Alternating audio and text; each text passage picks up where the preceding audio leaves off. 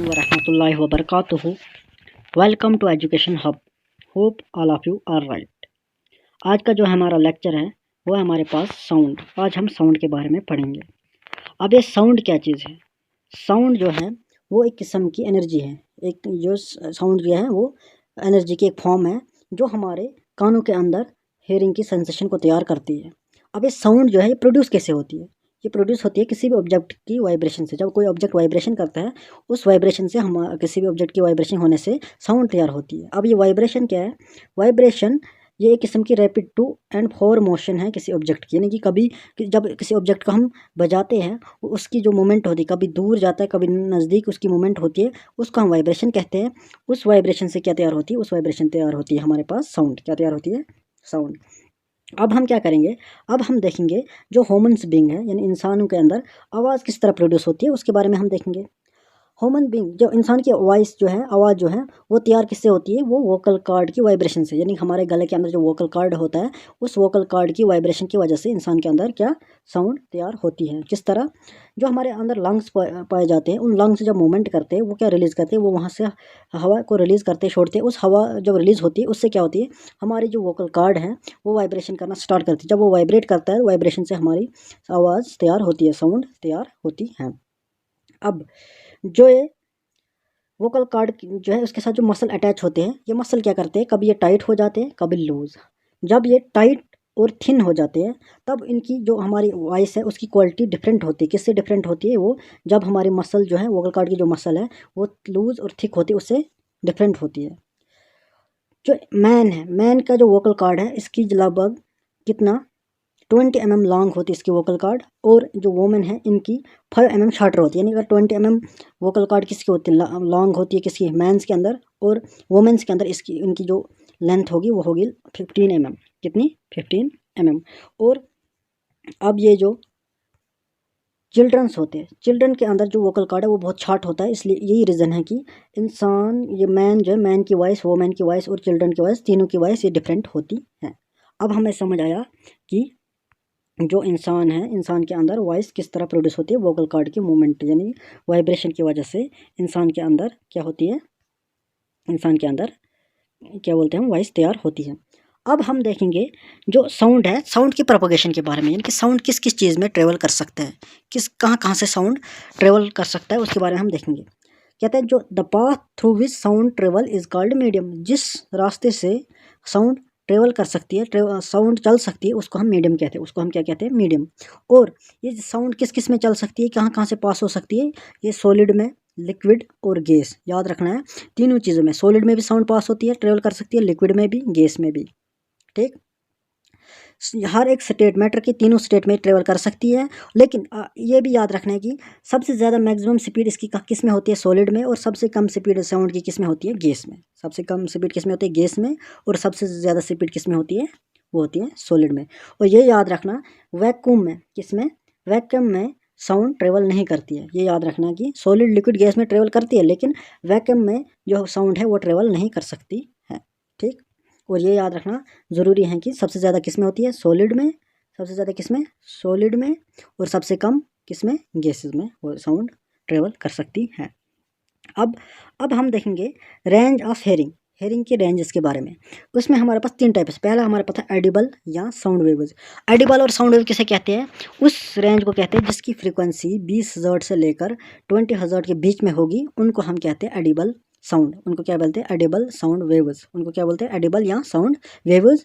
और ये साउंड जो है ये कौन सुन सकता है? कौन सुन सकता है? ये इनको ह्यूमन ईयर, यानी हम ये 20 हर्ट्ज से लेकर 20 हर्ट्ज जो है इस आवाज़ को हम सेंसिटिव कर सकते हैं। इस ये वाली वेव हम सुन सकते हैं।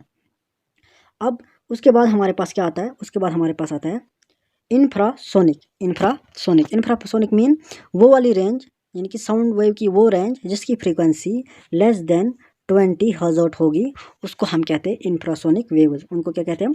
Infrasonic waves. किसको? जिसकी फ्रीक्वेंसी 20 हर्ट्ज से कम होगी, 20 हर्ट्ज से कम होगी। और ये वेव्स कौन प्रोड्यूस कर, किन सोर्स से प्रोड्यूस होती है?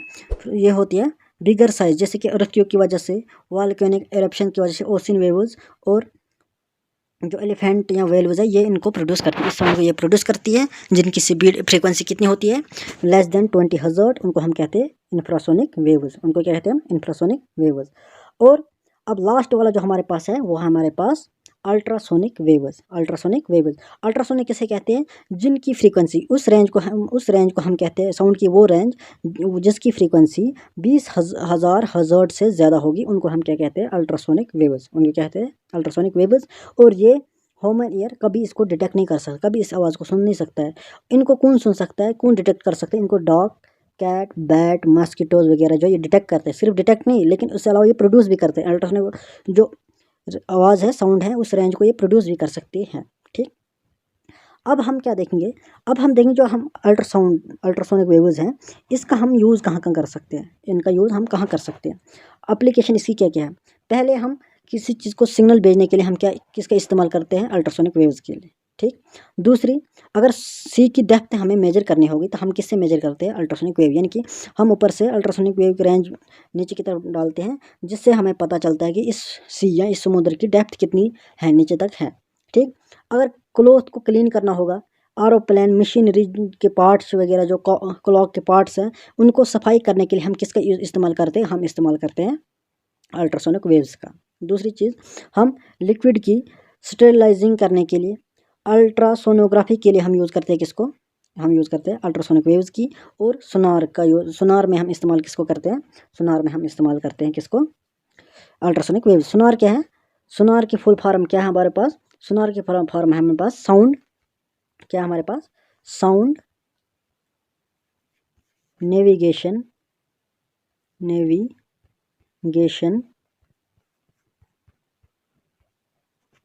And ranging, sound navigation and ranging, ये किसका है, फुल फॉर्म है, ये फुल फॉर्म है हमारे पास सोनार की।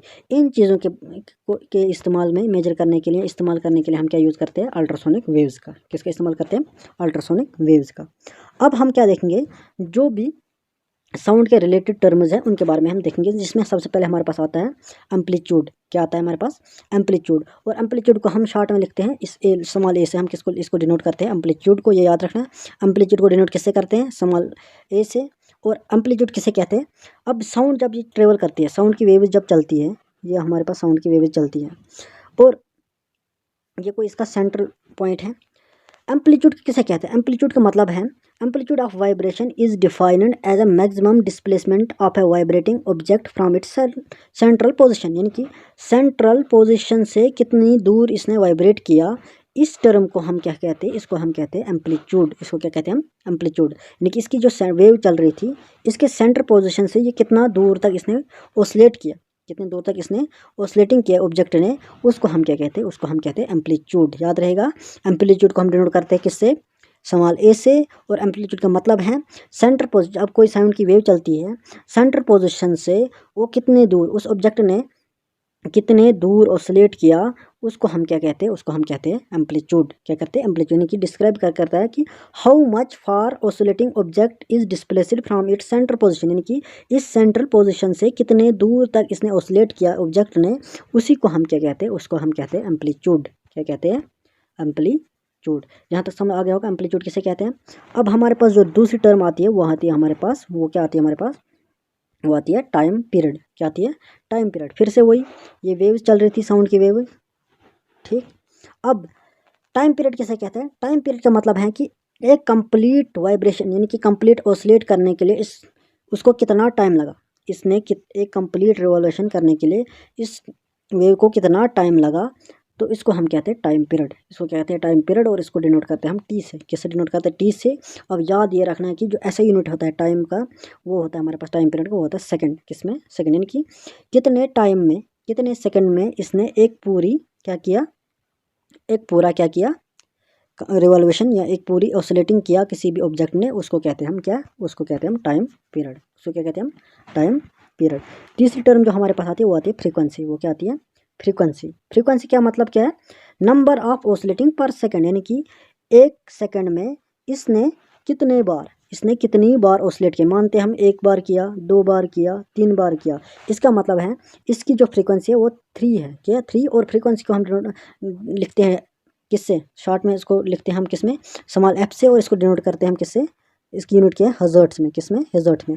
अगर इसने 1 सेकंड में 3 ऑसिलेशन किया तो इसका मतलब इसकी फ्रीक्वेंसी कितनी है, 3 हर्ट्ज, कितनी है, 3 हर्ट्ज। ठीक, अब हमने पहले भी बोला कि हमारे पास क्या थी, फ्रीक्वेंसी, क्या थी, फ्रीक्वेंसी। फ्रीक्वेंसी को हम किससे तरह लिखते हैं, फ्रीक्वेंसी को हम डिनोट करते हैं हर्ट्ज में, किस में, किस में डिनोट करते हैं हम इसको, हर्ट्ज में।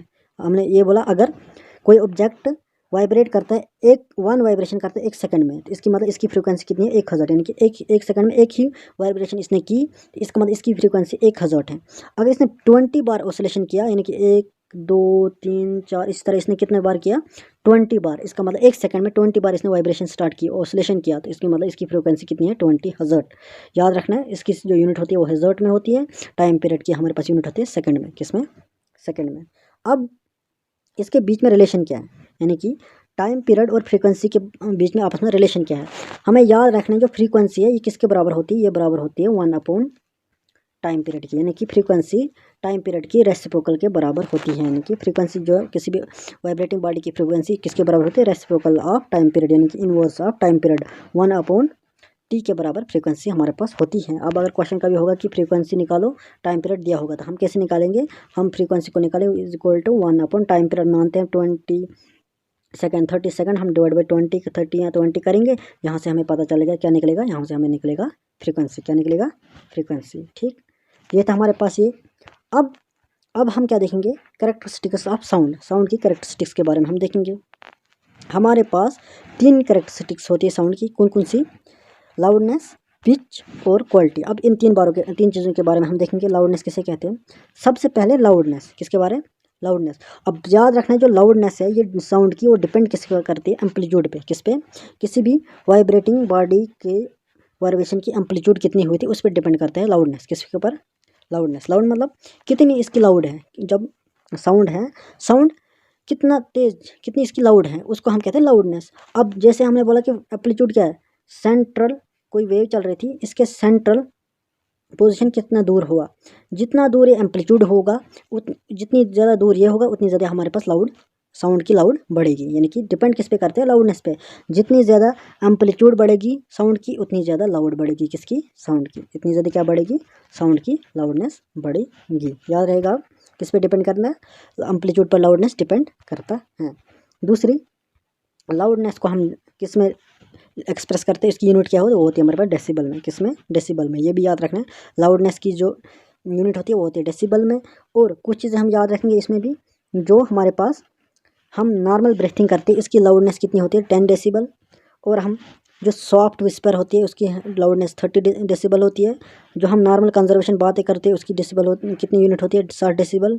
जो बिजी ट्रैफिक होती है उसकी कितनी होती है, 70 डेसिबल। और एवरेज फैक्ट्री की जो लाउडनेस होती है वो कितनी होती है, 80 डेसिबल्स। ठीक, ये पहली बात आई थी हमारे पास किसके पास, लाउडनेस की। दूसरी हमारे पास आती है पिच, दूसरी पे क्या आती है हमारे पास, पिच।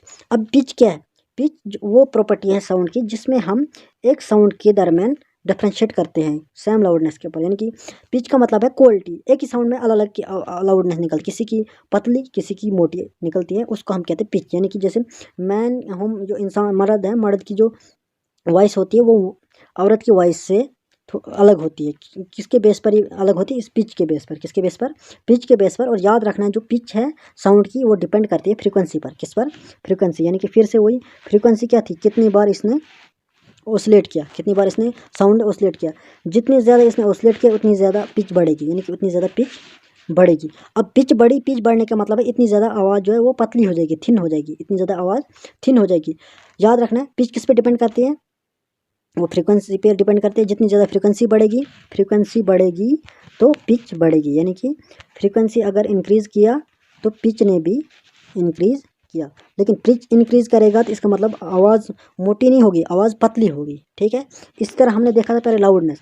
अगर लाउडनेस, इसमें एम्पलीट्यूड अगर बढ़ेगा, एम्पलीट्यूड को इस्तेमाल ऐसे लिखते हैं कि बढ़ेगा तो लाउडनेस भी बढ़ेगा, तो लाउडनेस बढ़ेगा तो आवाज़ इतनी ज़्यादा तेज़ हमारे पास उस ऑब्जेक्ट की निकलेगी। ठीक, ये दो चीज़ें। तीसरी हमारे पास आती है अब हमारे पास क्वालिटी। तीसरी हमारे पास क्या आती है? क्वालिटी। अब क्वालिटी किससे कहते हैं? क्वालिटी हम डिफ्रेंशिएट करते हैं, यानी कोई दो साउंड लेते हैं, इनके दरमियान हम क्या उसको डिफ्रेंशिएट करते हैं, किसकी क्वालिटी अच्छी है, किसकी साउंड अच्छी है। जिसकी साउंड अच्छी होगी उसकी क्वालिटी हम बोलते हैं इसकी क्वालिटी अच्छी है, यानी कि the sound of produced by different singer can distinguish it by there quality. दो सिंगर अगर कोई कभी गाना गाते हैं, उनकी दोनों की आवाज़ हम सुनेंगे, उनके हम जो हमारे पास अच्छी लगेगी हम कहेंगे इसकी साउंड अच्छी क्वालिटी में है। दो आवाज़ों के दरमियान हम उसकी क्वालिटी चेक करते हैं। ये थी साउंड की कैरेक्टरिस्टिक्स। चलिए आज के लिए इतना ही, मिलते हैं अगले लेक्चर में, तब तक के लिए अल्लाह हाफिज़।